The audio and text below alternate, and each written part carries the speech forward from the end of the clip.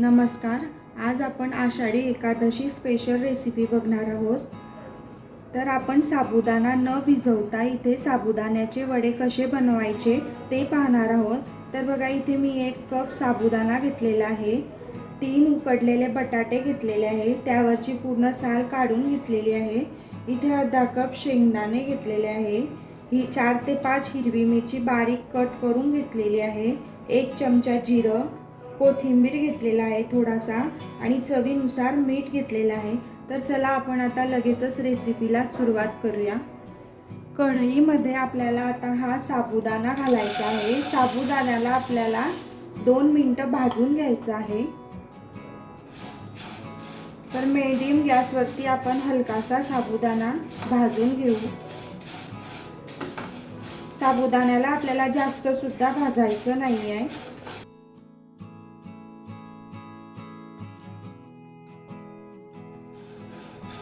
तर हे बघा, इथे 2 मिनिटं झालेली आहे आणि आपला साबुदाणा सुद्धा छान असा भाजून झालेला आहे. आता आपल्याला लगेचच गॅस बंद करायचा आहे आणि साबुदाण्याला आपल्याला असाच थंड करून घ्यायचा आहे. हे बघा, इथे आता आपला साबुदाणा पूर्णपणे थंड झालेला आहे. आपल्याला आता हा साबुदाणा एका मिक्सरच्या भांड्यामध्ये टाकून साबुदाण्याची आपल्याला अशी बारीक अशी पावडर करून घ्यायची आहे.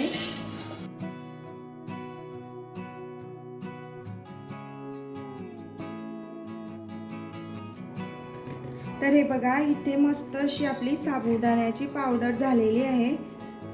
एकदम बारीक करून घेतलेली आहे मी. आता आपण हे बाजूला काढू. आपल्याला आता सेम मिक्सरच्या भांड्यामध्ये जे भाजलेले शेंगदाणे घेतलेले आहे ते सुद्धा फिरवून घ्यायचे आहे. तर हे बघा, शेंगदाणे सुद्धा आपले मस्त असे बारीक झालेले आहे.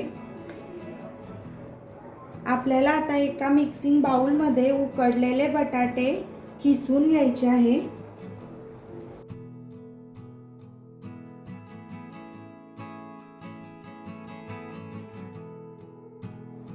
हे बघा, इथे आता आपले बटाटे पूर्णपणे किसून झालेले आहे. तर आपण जे शेंगदाण्याचं कूट बारीक केलेलं होतं ते घालायचं आहे. नंतर आपण जो साबुदाणा मिक्सरला बारीक केलेला होता तो घालायचा आहे.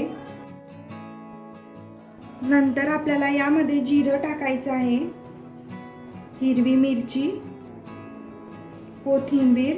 जर तुमच्या इथे कोथिंबीर उपवासाला चालत नसेल तर तुम्ही कोथिंबीरला स्किप केलं तरी चालेल. नंतर आपल्याला चवीनुसार मीठ घालायचं आहे.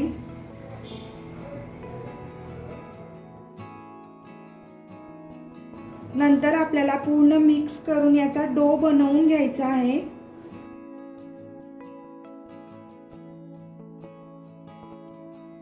एक कप साबुदाण्याला 3 बटाटे पुरेसे आहे. तर बघा, इथे मी पाण्याचा अजिबात वापर करत नाही आहे. जर तुम्हाला आवश्यकता वाटली तर तुम्ही 2-3 चमचे पाणी घेऊ शकता.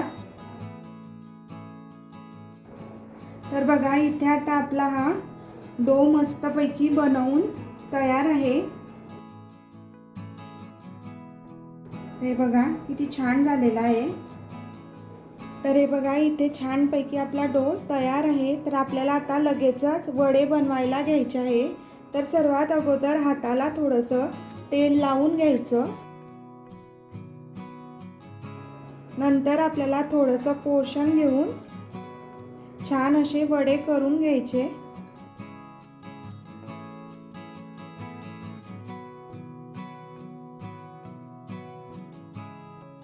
नंतर त्याला थोडासा चपटा करायचा. तर हे बघा, किती छान असा आपला वडा झालेला आहे.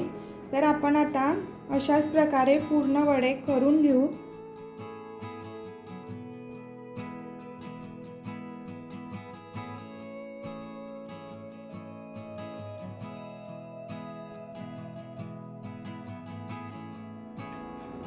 तर हे बघा, इथे आता आपले सर्व साबुदाण्याचे वडे बनवून तयार आहे आणि किती मस्त झालेले आहेत.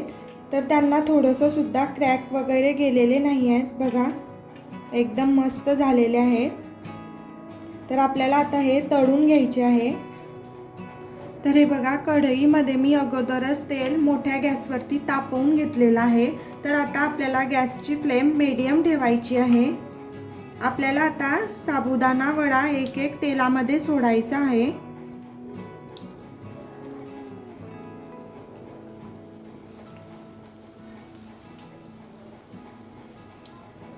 आपल्याला आता साबुदाणा वड्यांना 2 मिनिटं खालून गोल्डन रंगाचा होईपर्यंत फ्राय करून घ्यायचा आहे. हे बघा, आता आपल्या वड्यांना खालून छान असा गोल्डन रंग आलेला आहे. तर आपण आता त्यांना पलटवून घेऊ.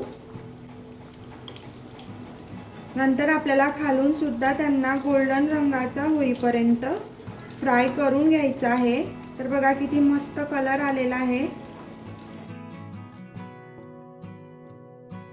तर हे बघा, इथे आपले वडे मस्त असे फ्राय झालेले आहे आणि कलर सुद्धा सुरेख आलेला आहे.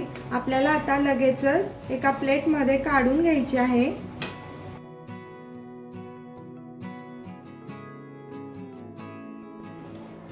पूर्णपणे तेल नितरवून घ्यायचं.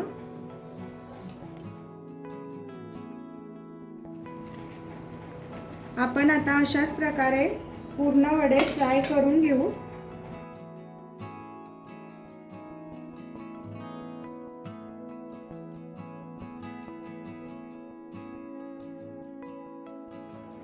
अवघ्या 10 मिनिटांमध्ये साबुदाणा न भिजवता इथे आपले साबुदाणा वडे तयार आहे.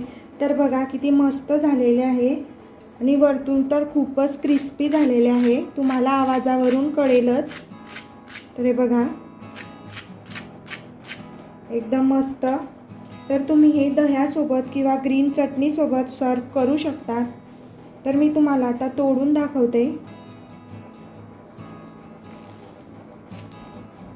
तर हे बघा किती मस्त झालेले आहे आणि बिलकुल ऑइली वगैरे झालेले नाही आहे. जे आपण साबुदाणा भिजवून बनवतो ते खूप ऑइली होतात आणि हे एकदम मस्त झालेले आहे. बघा, तुम्ही ही रेसिपी एक वेळा नक्की ट्राय करून बघा आणि तुमचे अभिप्राय मला कमेंट्समध्ये नक्की कळवा. जर रेसिपी आवडली असेल तर लाईक करा, शेअर करा आणि सबस्क्राईब करा. भेटूया आपण अशाच नवीन रेसिपीसोबत. तोपर्यंत बाय बाय.